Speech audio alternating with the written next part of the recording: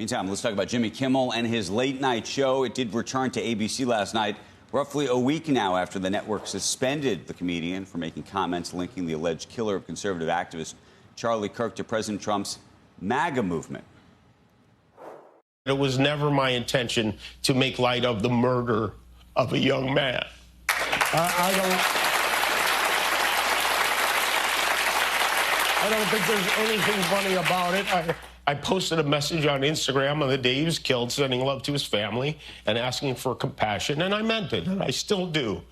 Nor was it my intention to blame any specific group for the actions of what it was obviously a deeply disturbed individual. That was really the opposite of the point I was trying to make.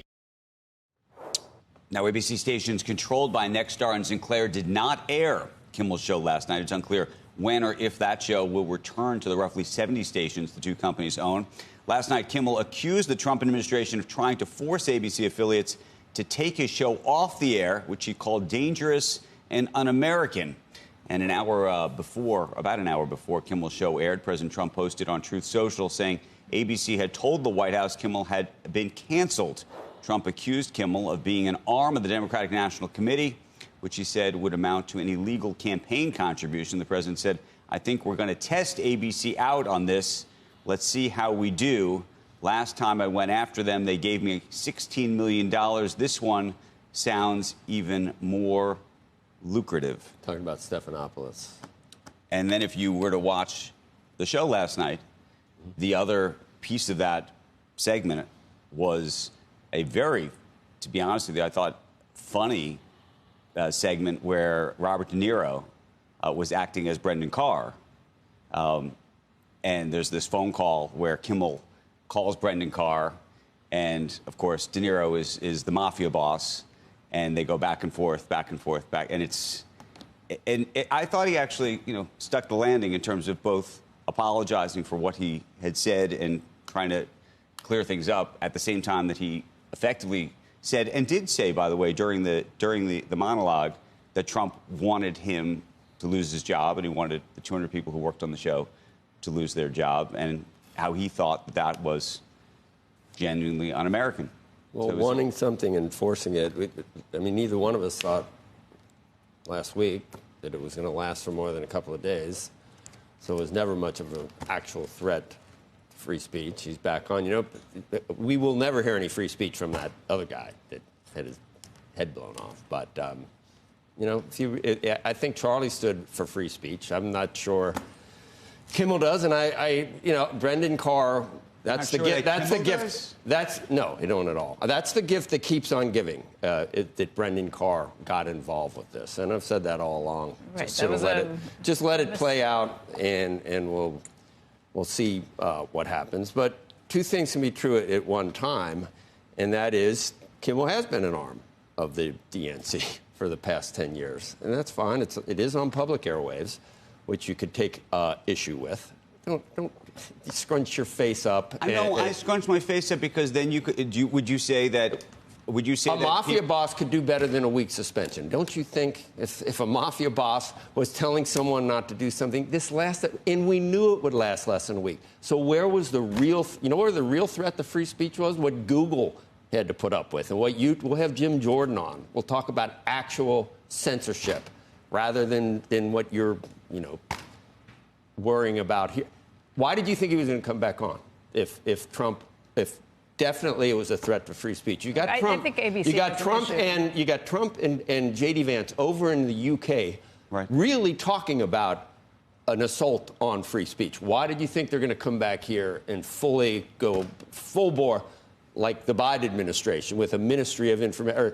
When liberals talk about censorship, it's misinformation and it's disinformation and it's the Ministry of Truth and it's all of these nice high-minded things that actually do cause censorship. In this case, we knew in less than a week he'd be back on There's No Censorship. And he effectively just said, the President of the United States publicly said that, that he's going to try to shake down ABC at this point. Well, I don't know if it's or try to get him off the air. Not necessarily a shakedown. It's to try to... He just said it'd be more lucrative. What do you think that comment is? If the media is at 6% right now approval because it's so one-sided, and you've had Jimmy Kimmel for 10 years, basically, not even telling jokes. All he did was he would give applause. He told a lot of jokes that were left. No, they weren't jokes. They were applause getters, trashing Republicans and Donald Trump. That's all he does. And you know, I thought, if you're a free market guy, if you're a free market guy, that's fine. He can do it. That's why I said Brendan Carson. He's digging his own. But the Brendan Carr piece is significant. Brendan Carr did get involved. And Brendan Carr is allowed to because it's public airwaves. Whether he would actually have done anything in terms of revoking the license is another thing. He probably could make a case and win in court. Look, just as a 30 feet, let's take a step back. All of these things that have happened over the last year, the president got engaged in. Let's go back 5 years. But we're here. We're today.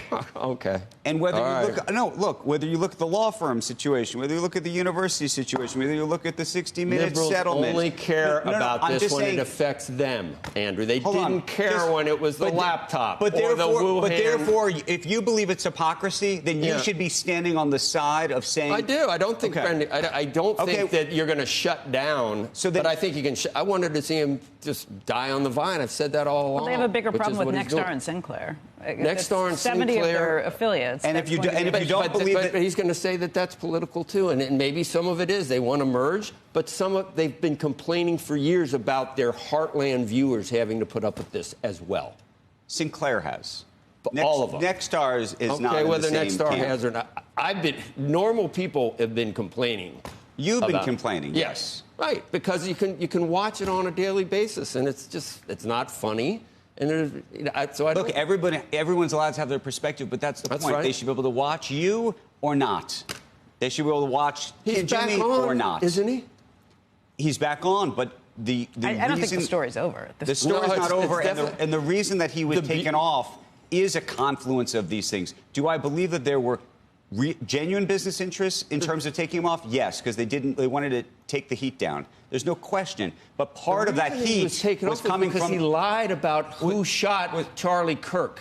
That's why he was taken off originally and wouldn't apologize. The sad thing about the sad thing for Disney is they pulled a Bud Light. Now both sides are mad. The left is mad because they pulled him off in the first place. Now the right is going to be furious. So now you have a business interest. Now the market's at play. Now the market's at play, but somehow they managed to completely alienate both sides of the country. So we'll see when is Kimmel's contract up? That's what we'll see. I think the reporting says at the end of the year. May. I heard May. I heard May. Yeah. Okay, so we'll see. I mean, you would probably tie Colbert's. I did not. Demise. Well, I did not. Okay, but is it because the new owners of CBS are in bed with Larry Ellison, and he's I didn't say any of those things. Okay, don't even try to. So it's just because he was losing $50 million a year. That's why he's gone. So he doesn't. My understanding of the Colbert ending was $50 million. Was that for the past 2 years there were discussions that were happening internally about the economics of that program. Now, I think, again, the optics for some part of the country were not good about how that ended in the way it ended. Right. But at the same time, I do think that was a genuine business situation. I think the acuteness of what Kimmel said about Charlie Kirk, married with what Brendan Carr said about ABC, married with the fact that Nexstar has this transaction in front of the FCC. And that they've been complaining for a while about being an arm of the DNC. Was the reason that we had this situation that took place last week.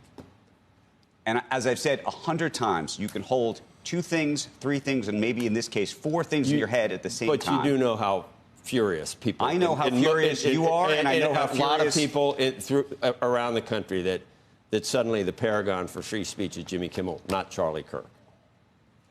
I understand your perspective, and by the way, this to me, take this out of the context of, and maybe it's impossible you'd like to take to do it out that of the context since we haven't talked about Kirk. Charlie Kirk for the last week. All we've talked about was the great woes that have been.